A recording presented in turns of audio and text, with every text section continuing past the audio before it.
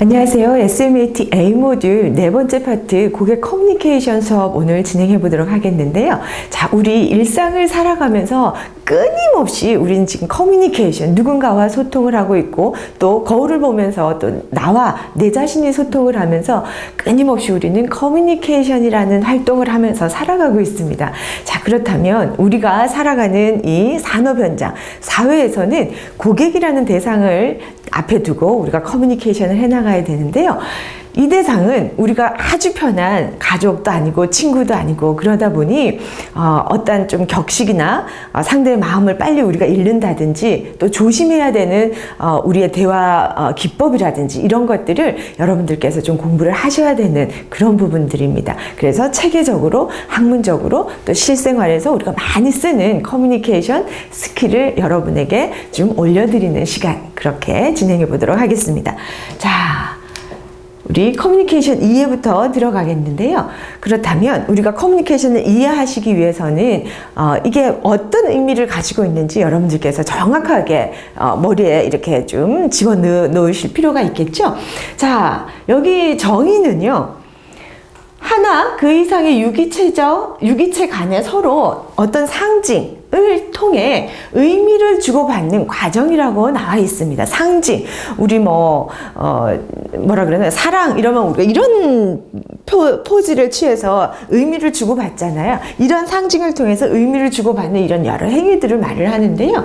라틴어에서 나왔습니다. 시험에 이런 것들이 나오니까 좀 주의해서 보시고요. 공통, 공유라는 뜻을 함축하고 있습니다. 자, 보시면 서로 다른 이해와 사고와 경험. 자, 우리는 다른 부모님 아래서 또 다른 각각이 다른 가족 구성원, 가족 문화 이런 곳에서 우리가 자라나고, 자, 그 다음에 교육적인 배경이 서로 다릅니다. 나와 전혀 다른 가치관이라든지 여러 가지 문화에서 자란 사람과 우리가 마주했을 때 어떠하게 의미를, 우리가 생각하는 상징 있죠. 이런 것들과 상대가 생각하는 상징은 굉장히 차이가 있을 수 있잖아요. 이러한 차이를 우리가 좁혀나가는 것, 또 차이를 어떻습니까? 상대가 모르기 때문에 우리가 그 차이를 알고 내가 거기에 맞춰주는 그런 사람이 좋은 커뮤니케이터가 되겠죠. 자, 그래서 중요한 것은 여기에 이해를 만들어가는 과정이라고 되어 있습니다. 서로 간에. 예, 서로 간에 오해가 아니라 잘못된 상징을 주고받음으로 해서 오해가 생기는 게 아니라 이해, 서로 간에 깊은 이해가 만들어져 가는 과정을 커뮤니케이션이라 한다라는 거 꼭 기억해 두시길 바라고요. 우리가 사회생활을 함에 있어서는 정말 기본적인 수단이죠, 커뮤니케이션은. 자, 그렇기 때문에 기본에 여러분들이 충실하셔서 좀 잘 다지는 그런 시간이 되셨으면 좋겠고요.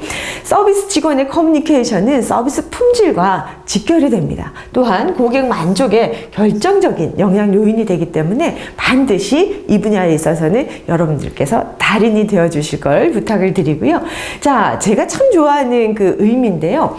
조금 더 깊이 들어가 보니까 신이 인간에게 자신의 덕을 나눠준다라는 그 아주 심오한 의미가 담겨 있더라고요. 자, 신이 인간에게 자신의 덕이라는 거. 자, 우리가 덕이라는 말 저는 가장 좋아하는 단어인데요. 덕을 어떻습니까? 덕을 나누다, 덕을 미치다, 덕을 베풀다. 우린 이렇게 얘기를 하거든요. 우리가 좋은 커뮤니케이터들은요. 이 라틴어에 대한 의미, 내가 커뮤니케이션 시도하는 사람이면 내 커뮤니케이션을 받는 사람에게 덕을 줄 수 있는 사람이죠. 덕을 끼치는 사람이죠. 이런 분들이 좋은 커뮤니케이터입니다. 우리가 살면서 덕이라는 거 한번 떠올려 보십시오. 제가 참 좋아하는 게 덕장. 덕이 있는 리더가 참 좋지 않습니까? 덕치. 그런 분들의 이런 리더십 이런 것들이 조직을 굉장히 건강하게 만들거든요. 그래서 직원들도 나의 리더로부터 보살핌을 받고 있다, 챙김을 받고 있다. 우리 고객이 서비스 제공자로부터 챙김을 받고 있다, 배려를 받고 있다. 이러한 느낌을 전달할 수 있는 가장 핵심 언어라고 저는 생각을 합니다. 그래서 덕을 베풀 수 있는 우리의 자세가 구체적으로 어떤 방식이 있는지 지금부터 들어가 보도록 하겠습니다. 자, 기본적으로 커뮤니케이션은요, 통제 기능, 이런 것들은 시험에 나오는 부분이라 조금 외워두시길 바라고요. 동기유발, 뭘 해야 되는지, 그 다음에 정서 기능, 정보 전달 기능이 있다라는 건 좀 외워두시는 부분이고요. 자, 우리가 커뮤니케이션에서 전달자가 있고요. 또 받는 사람이 있겠죠. 이 사이에 우리가 어떤 경로로 주어지느냐. 전화라는 경로가 있을 수도 있고요. 그 다음에 이렇게 저처럼 면대면으로 만날 수도 있고요. 여러 가지로. 그 사이에 소음도 있을 수 있고요. 소음이나 뭐 잡음 때문에 피드백이 잘 안 들린다는 반응이 있을 수 있습니다. 그죠? 여러 가지 중간에 또 거치는 것들이 있더라라는 거. 이런 것들을 좀 기억을 해 두셔서 커뮤니케이션 과정에는 이런 것들이 있다라는, 이런 거 하나하나가 조금 시험에 나오니까 여러분들 눈여겨보시고요. 전달자, 소스를 주는 사람을 말하겠죠? 메시지, 어떤 메시지를 주느냐. 그리고 채널이 있습니다. 전화, 우리 카카오톡, 메시지, 여러 가지 있을 수 있죠. 그 다음에, 받는 사람, 메시지를 받는 사람이 어떤 사람이냐. 그 다음, 받는 사람에 따라서 완전히 효과가 달라지겠죠. 그러한 효과와 수용자의 받는 피드백이 어떻게 나타나고 있는지, 자, 이런 것들이 반복 순환되는 과정을 우리는 커뮤니케이션 과정이라고 그러고요. 제가 집으로라는 영화의 한 장면을 이렇게 사진으로 올려놨는데요. 저는 이 영화를 보면서 우리 커뮤니케이션을 굉장히 잘해야 된다는 생각을 했습니다.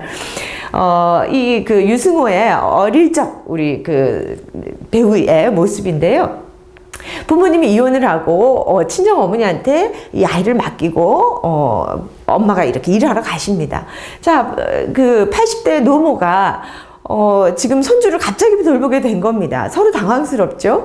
80대 할머니가 먹던 음식으로 계속 주고, 얘는 또 인스턴트 음식에 길들여져 있었고, 이 두 사람의 문화나 배경이 다른 사람이 만나서 커뮤니케이션을 하는 과정이 이 영화의 흐름인데요. 여기서 아이가 프라이드 치킨이 먹고 싶다고 할머니한테 얘기를 하는데, 귀가 어두우신 할머니가 뭐라고 그러죠. 그러니까 상징, 꼬꼬대꼬꼬꼬 이런 상징을 보냅니다. 그러니까 할머니 이해를 하셨어요. 그런데 이분의 문화적 배경에 있어서는 닭 요리 중에 제일 좋은 게 바로 백숙, 삼계탕이었습니다.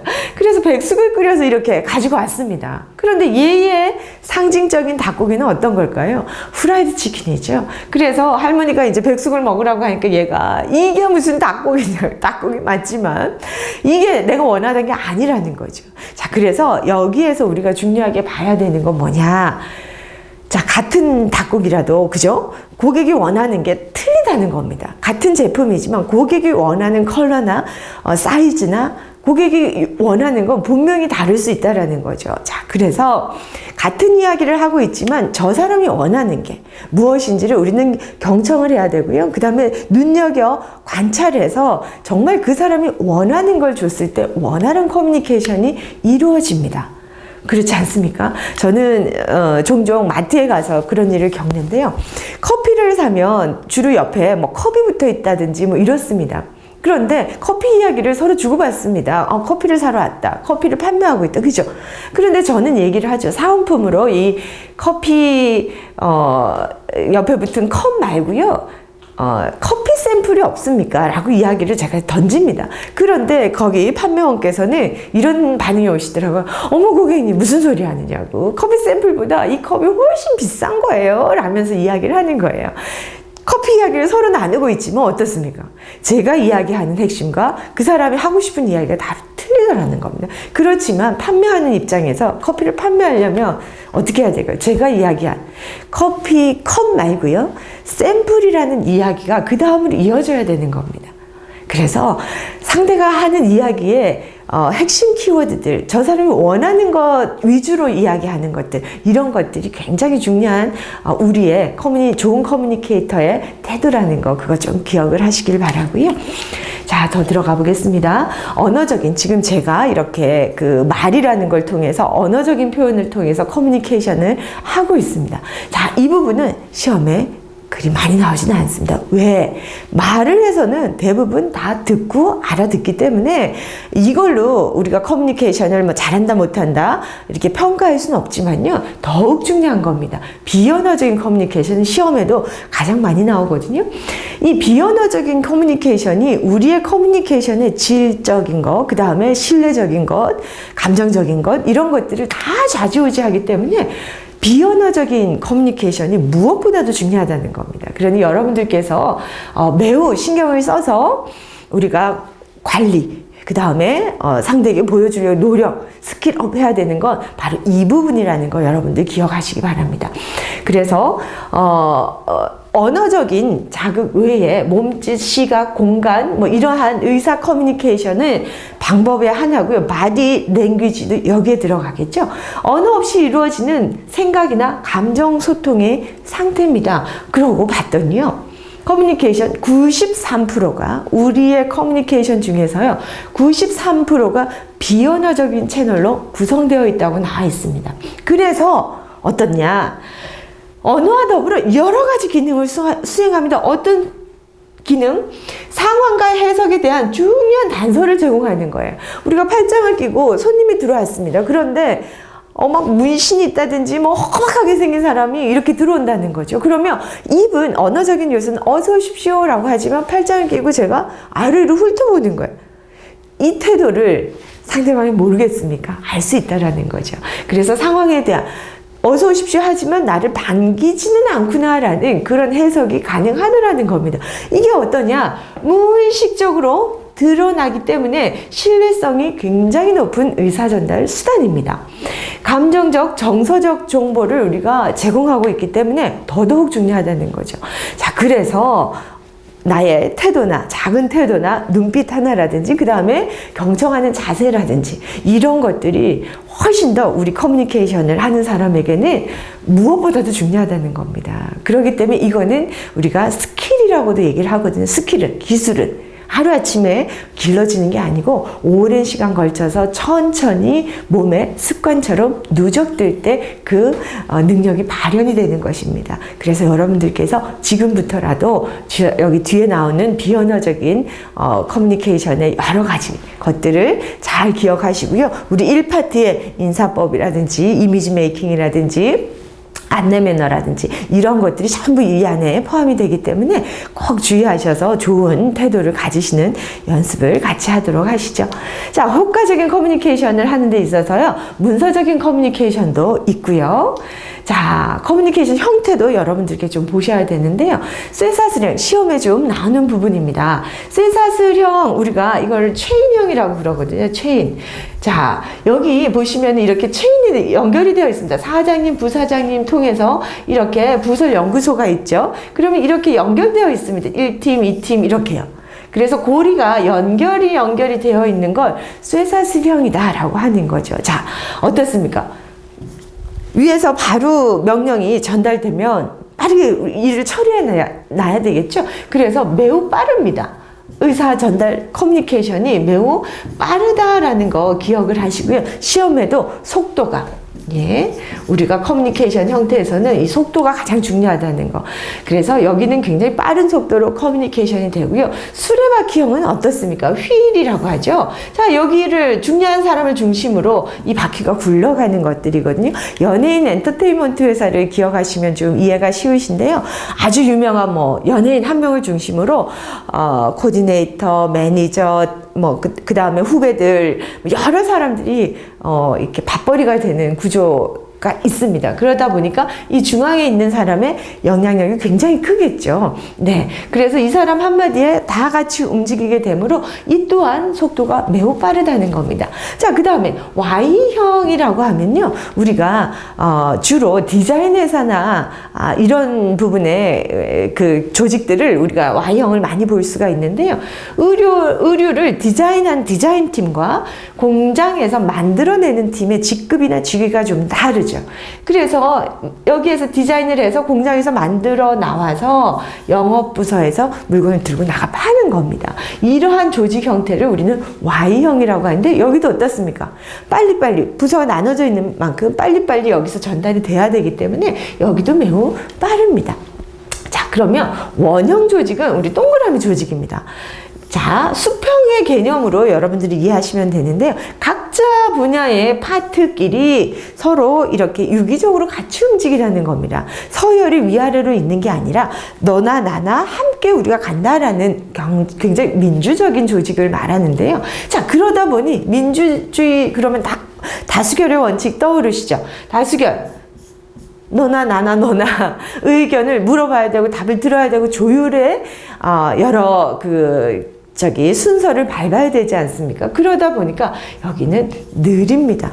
커뮤니케이션 속도가 굉장히 느리겠죠. 그죠? 우리가 굉장히 이 산업 현장이 발빠르게 돌아가고 변화가 급변하기 때문에 속도가 빠를 필요가 있는데요. 저는 이 조직이 상호 연결이 되어 있는 완벽한 조직을 all connected라고 하는 거.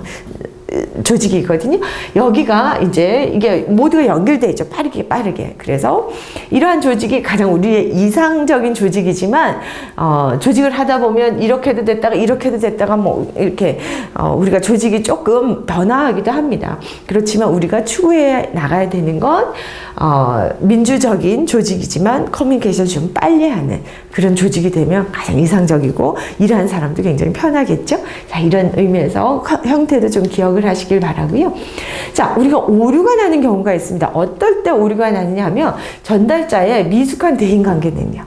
그죠? 고객을 향해서 어떻게 우리가 고객님 이런 걸 직장 다니기 전에 우리가 누군가를 향해서 고객님이라는 말을 안 써봤잖아요. 그죠? 신입사원이 되어서 입에 붙지 않은 고객님이라는 말을 쓰고 닭가체, 요조체에서 닭가체로 넘어오다 보면 어색할 수 있습니다. 뭐 이런 것들. 그 다음에 메시지 전달이 이 고객은 결과를 듣기를 원하는데 우리가 뭐 정황을 막 설명하려고 하는 경향들이 있습니다. 그러다 보니 이런 미숙한 메시지 전달 능력, 그래서요, 그죠? 뭐 이런 것들도 있고요.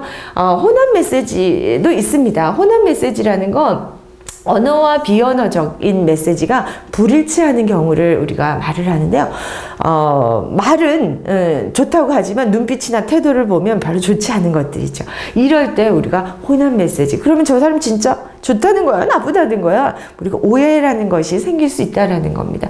자, 그 다음에 이제, 겉모습을 보고 오해를 한다거나 판단을 한다거나, 뭐 이런 걸로 우리가 전달자의 문제가 있을 수 있고요. 그러면 수신하는 사람의 문제도 있습니다. 자, 사람들은 대부분 자기가 듣고 싶은 것만 주로 들으려고 하고, 특히나 남녀 관계에서는 어떻습니까? 남자는 끊임없이 본인의 용맹했던 군대 시절 이야기를 하고요. 여성들은 군대라는 것이 이미지네이션, 그림이 안 그려지기 때문에 그 이야기를 듣고 있으면 괴롭다는 겁니다. 자, 그래서 듣고 싶은 얘기만 듣고 싶은 거죠. 자, 이래서 커뮤니케이션에 오류가 생기기도 합니다. 그 다음 부정확한 피드백, 그죠?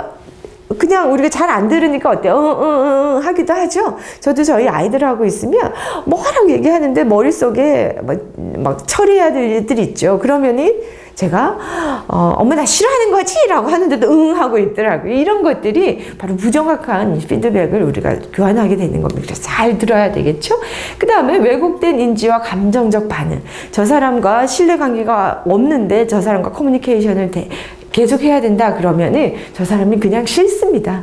그래서 우리가 왜곡된 인지를 하게 되고요. 좋은 걸 주고 있는 상황인데도, 그리고 감정적인 반응, 너가 싫어라는 어떤 그런 메시지가 태도에서 묻어나올 수도 있다라는 거죠. 자, 그래서 우리는 어떻게 해야 되느냐? 내가 뭔 말을 할 건지, 어떤 말을 할 것인지 명확한 이 말을 난 전달하고 나오겠어. 그리고 내가 말할 건 이 부분이야 라고 명확한 목표 설정을 하시고요. 적절한 커뮤니케이션. 꼭 만나야 될 사람은 직접 대면 커뮤니케이션을 하시고요.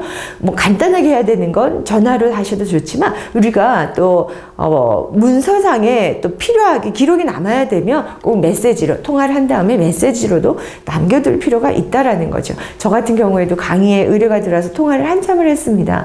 그런데 끊고 나서 장소가 어디였더라? 시간이 아리까리하다 이런데 굉장히 유능한 커뮤니케이터인 담당자는요 바로 통화가 끝난 내용을 문자로 딱 정리해서 보내줍니다. 그러면 제가 이 친구 진짜 일을 너무 잘하는구나 하면서 신뢰감이 확 이렇게 올라가거든요.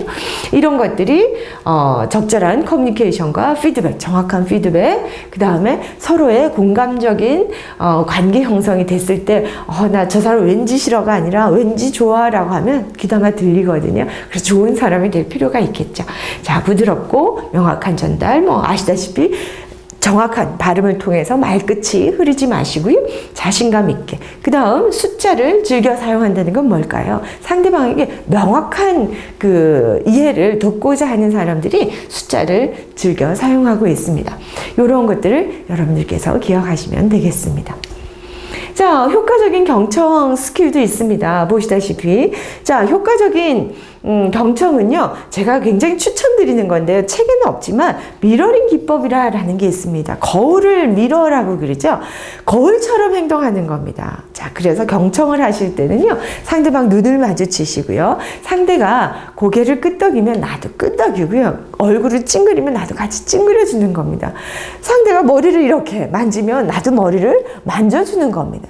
그래서 거울처럼 상대를 따라하면 상대가 나에게 굉장히 공감해주고 있구나라고 뇌가 반응을 한다는 거죠. 자, 그러면은 경청을 굉장히 상대가 하고 있으므로 긍정적인 감정적 인지가 교환이 되는 겁니다. 자, 그런 면에 있어서 좀 기억을 해 두시고요. 경청 1, 2, 3 기법, 자신의 말은 한 번 하고요. 상대의 말은 2번 들어주면서 대화 중에 3번 맞장구 치라라는 거, 이런 것들 좀 기억해 두시라는 말씀을 드리겠습니다. 자, 스킬업을 우리가 지금 해 나가겠는데요. 스킬업을 하기 전에 기본적인 학문적인 이론을 좀 여러분들께서 기억하실 필요가 있습니다. 피그말리온 효과, 이런 건 OX 문제, 또 연결형 문제에 굉장히 많이 나오기 때문에 여러분들께서 꼭 외우셔야 되는 파트다라는 거. 자, 피그말리온이라는 옛날에 신과 인간의 중간쯤 되는 그 그리스 로마 신화에 나오던 인물입니다. 이 피그말리온이 눈이 워낙 높다 보니까 완벽한 여성과 결혼이 하고 싶은 거예요. 그래서 본인이 이렇게 취미가 조각가였기 때문에 본인이 생각할 때 완벽한 여성을 조각을 해서 신에게 이런 완벽한 여성을 좀 주시면 너무 행복하겠다고 끊임없이 기대하고 고대하고 뭐 이렇게 되죠. 그랬더니 어느 날 낚시를 갔다 왔더니 신들이 하도 귀찮아서 이 동상을 여인으로 만들어 놨다라는 겁니다. 자, 그래서 우리가 피그말리온 효과 그러면 믿음과 기대, 예측이 그 대상에게 그대로 실현되는 경향을 우리는 피그말리온 효과라고 합니다. 자, 저 고객이 우리 회사 물건 제대로 사겠어? 이런 태도보다도 기대하자라는 겁니다. 남루하게 입고 왔거나 우리 100원짜리 하나 물건을 사더라도 그분의 잠재력은 어마할 수가 있습니다. 그래서 지금 이 순간 이분은 나에게 행운을 가져다 줄 굉장히 중요한 고객이다라고 생각을 하고 성심성의껏 대하게 되면요, 그 기대가 이루어질 수 있다라는 거죠. 그래서 작은 고객, 큰 고객 우리가 구분 없이요, 한 분 한 분, 내 인생에서 만나는 한 분 한 분의 고객, 내 지금 이 순간에 만나는 한 분 한 분의 그 사람들과의 어떤 인연, 이런 것들이요, 내 삶의 질을 내가 만들어 간다라는 거 꼭 기억을 하시고요. 그분들이 또 돌아오게끔 여러분들이 하셔야지만 우리는 고객이라고 부를 때 그 의미에 부합하게 된다는 거죠. 돌아볼 고자라는 거 아시죠? 자, 그 다음에 낙인 효과라는 게 있습니다. 낙인 효과는요, 한번 부정적인 낙인이 찍히면 실제로 그 물건이 더 사고 싶지 않아지는 여러분들 경험을 하셨을 겁니다. 저 물건 있지, 이상한 재료로 만들었대. 그러면 우리가 의심이 가서 사지 않죠? 자, 그렇기 때문에 늘 진심으로 우리가 제품을 대하고 진심으로 또 우리가 마음을 담아서 고객 입장에서 판매하는 그런 자세가 바로 우리 서비스의 가치고요. 그 다음에 산업의 가치고요. 또 우리가 앞으로 살아나가야 될 가장 근본적인 기초가 기본이 바로 선 나라의 핵심이지 않을까 싶습니다. 자, 그래서 이런 것들 기억을 하시고요. 그 다음에 플라시보 효과가 있습니다. 자, 플라시보 효과는 긍정심리학이라고 해서요, 우리가 잘 될 거야 라고 하면 진짜 잘 되고요. 아무리 좋은 그 약을 줘도 이거 먹고 되겠어, 낫겠어 이러면 정말 효과를 못 본다는 거죠. 정말 많은 뇌과학자 선생님들이 이야기하시잖아요. 우리가 입으로 내뱉어서 내 귀로 듣죠. 그렇게 되면 내 귀로 들은 내 뇌가 반응을 한다는 겁니다. 나의 던진 말에 나의 몸이 반응을 한다. 짜증나 이러면 내 귀가 듣고 내 뇌가 짜증 상태로 반응을 할 수 있습니다. 난 행복해. 좀 미친 여자 같아 보일 수도 있지만 이렇게 내가 스스로 자기 최면을 자꾸 하면 정말 나의 말을 들은 내 귀가 내 뇌에다가 긍정적인 영향을 끼칠 수 있다고 합니다. 그러니 여러분들도 우리 플라시보 효과를 믿어보고 우리 SMAT 공부를 통해서 여러분들이 성장을 하고 정말 전문 서비스인이 될 수 있으시다는 거, 좋은 커뮤니케이터가 될 수 있으시다는 거 우리 기대해 보도록 하시죠. 자, 그 다음에, 보시면은 뭐 호손 효과라고 있는데 이건 굉장히 중요한, 호손 웍스라는 이 공장에서요, 감사가 온다 그러니까 굉장히 청소를 하고 깔끔하게 했습니다. 그러고 나서 어땠을까요? 감사 온 기간 동안 일을 잘하니까 어제보다 오늘 그 결과가 2배 이상이 나온 거예요. 그래서 경영자 입장에서 어때요? 쳐다보고 있으면 훨씬 더 효과가 올라가겠구나라는 게 증명이 된 사례라고 할 수 있습니다. 그래서 우리가 독서실에서 공부하면 막 졸리죠. 내가 통제가 안 되는데. 그런데 의외로 있죠. 커피숍에서 여러 사람 많은 데서 공부를 하면 누군가가 그래도 지나가는 사람들이 나를 보고 있다라고 해서 막 늘어지거나 이러지 않는 것도 하나의 호손 효과입니다. 자, 이런 거 기억을 하시고요. 시험에 많이 나옵니다. 자, I 메시지. 자, 그 다음에 우리가 이야기할 때는요, 당신이 잘못했지 않느냐, 너 왜 늦었냐, 이건 U 메시지라고 하죠. I 메시지. 나는 네가 좀 치워줬으면 좋겠는데, 나의 감정과 바라는 이야기, 나의 원하는 이야기를 전달하면 상대가 훨씬 더 미안해하고 잘 듣더라는 거죠. 그렇지 않습니까? 친구가 늦었습니다. 야, 너 왜 늦었어? 이렇게 우리가 너 메시지를 쓰면 자기 좀 늦었죠. 미안한데 혼내니까 오히려 반발심이 생길 수 있습니다. 그런데 우리가 원하는 이야기, 나는 네가 좀 일 치워주길 바랬어. 내가 다음 약속이 있거든. 그래서 내가 좀 속상해. 이렇게 이야기를 하면 미안해. 약속이 있는지 몰랐어. 이런 반응이 나올 수 있거든요. 그래서 우리는 내가 원하는 이야기, 나의 이야기, 이런 것들로 우리가 I 메시지를 우리가 일상에서도 좀 연습을 많이 하시기 바랍니다. 자, 감성지능이란 게 있습니다. 우리가 커뮤니케이션을 할 때는요, 의외로 언어적인 요소들보다 비언어적인 요소들이 상대에게 감정을 건드리기 때문에 매우 중요하다고 합니다. 자, 여기에서 감성지능은요, 감정을 조절하는 능력을 지능이라고 하는데요. 여러분들께서 우리 노동을 어떻습니까? 서비스 노동을 우리가 감정노동이라고 하죠. 그래서 이 부분은 시험에도 꼭 나오고요. 여러분도 꼭 공부를 많이 하셔야 됩니다. 자, 그래서 감성의 요소다 그러면은 첫 번째로 내 감정을 인식하고요. 화가 났던 그대로 있는 상태에서 또 고객을 만나면 어떻습니까? 분이 오히려 거기에서 탁 터질 수 있다라는 거죠. 그래서 관리를, 조절을 한 상태의 고객을 만나야 된다는 거예요. 그게 잘 안 되잖아요. 한번 내가 마음이 다쳤는데 없었던 일처럼 이렇게 가서 웃어야 되기 때문에 여기와 심장과 내 머리에 또 내 가죽의 어떤 역할이 다르기 때문에 거기서 오는 스트레스와 혼란을 우리는 노동, 힘든 노동, 감정 노동이다라고 하는 겁니다. 자, 그래서 우리가 내 속에 막 열이 차 있으면 너무너무 화가 난 상태에서 후배가 와서 선배님 저 너무 속상한 일 있는데 차 한 잔만 같이 하시면 안 돼요? 그러면 우리 뭐라 그럽니까? 야, 나도 지금 속에 불이 나가지고 너랑 이야기할 지금 여유가 없거든? 그러면서 더 다른 사람과의 어떤 교류에서 당기지 못하겠죠. 그래서 적절히 바람을 빼고요. 우리가 우리 감정을 조절을 하는 능력은 이 현대 사회를 살아가는데 가장 중요한 어떤 능력이지 않을까 저는 싶습니다.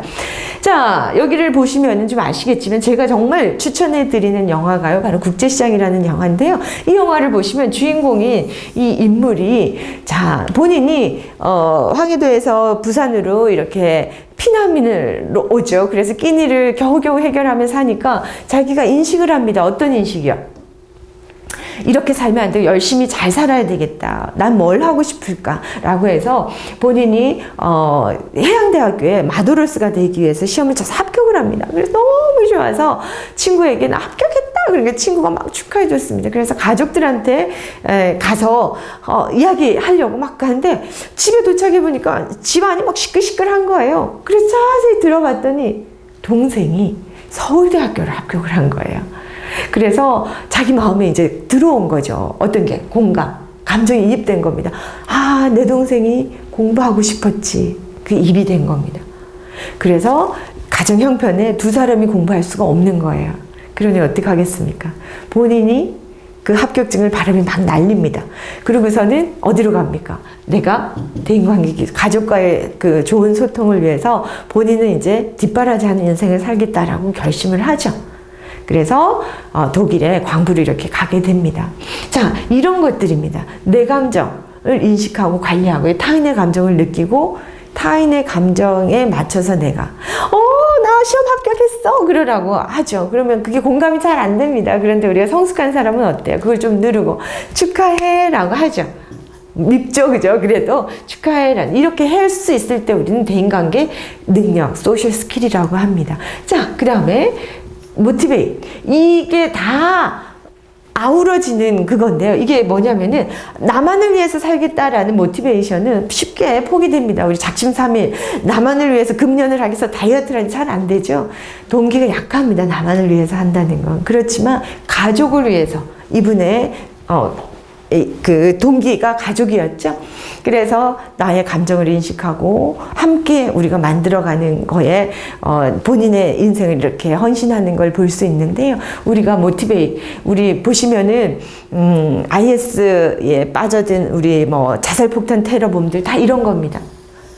내가 뭔가를 위해서 헌신을 하고 그래서 내가 그 무기를 다루는 걸 배우고 그 다음에 어떻습니까? 누가 차출해서 갈래? 그러니 내가 가겠습니다. 그러면서 본인의 인생을 헌신을 하죠. 이런 것들도 모두가 감성지능에 해당된다는 겁니다. 자, 이 부분은 여러분들 꼼꼼히 좀 공부하시길 바랍니다.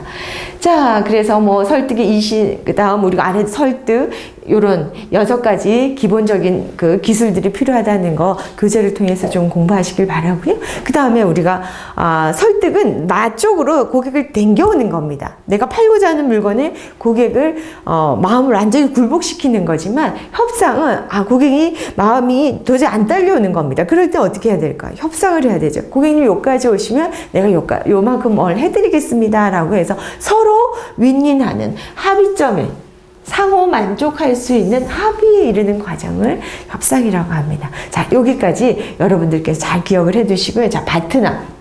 시험에 좀 많이 나오니까 여기 기억을 하시면 최선의 자선책입니다. 상대가 협상을 함에 있어서 내가 이거 아니면 이게 하면 되지라는 게 있으면 협상이 좀 편하시죠. 그래서 파트너 협상의 그 다음 차선책을 준비해 놓을 필요가 있다라는 겁니다. 그리고 우리가 협상에서 이길 수 있는 여러 가지 방법에는 주의, 증주. 자, 이렇게 외우시면 되는데요. 주장하고 이유를 말하고 증거를 대고 주장해라 라는 거 꼭 기억을 하시기 바랍니다. 이렇게 협상을 반론하는 방법 긍정적으로 시작해서 뭐 이렇게 여러분들 교재를 통해서 좀 꼼꼼하게 보시면은 아마 협상력이 조금 올라가지 않을까 싶습니다. 자, 이렇게 고객의 커뮤니케이션 스킬은요, 감성지능도 아셔야 되고요. 그 다음에 피그말리온 효과처럼 고객을 기대하는 기능도 알아야 되고요. 자, 그 다음에 우리가 좋은 스킬 있죠. 우리 언어적인 것보다 무드, 바디랭귀지 뭐 이런 것들이 훨씬 더 중요한 커뮤니케이션 요소다라는 거 여러분들 꼭 기억하시고 있죠. 이 파트 공부를 하시면 좋겠습니다. 자, 여기서 우리는 수업을 마치도록 하고요. 5번째 파트에서 뵙도록 하겠습니다. 고생하셨습니다.